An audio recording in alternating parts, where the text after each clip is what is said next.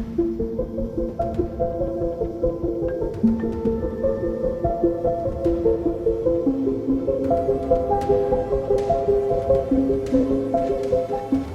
video di media sosial bantuan 1 unit mobil untuk Sun Haji, pedagang es teh yang dihina Gus Miftah.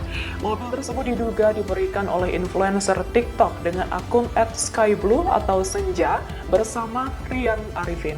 Dalam postingan akun TikTok @sky.blue80 terlihat ada 1 unit mobil warna putih dikirim menggunakan towing ke Magelang kediaman Sun Haji. Mobil itu disebut akan diberikan untuk Sun Haji dan diharapkan bisa berguna. Namun hingga berita ini ditayangkan belum ada konfirmasi apakah mobil tersebut sudah diterima Sun Haji. Sebagai informasi pada Kamis 5 Desember 2024 lalu, Download Tribun X sekarang, menghadirkan lokal menjadi Indonesia.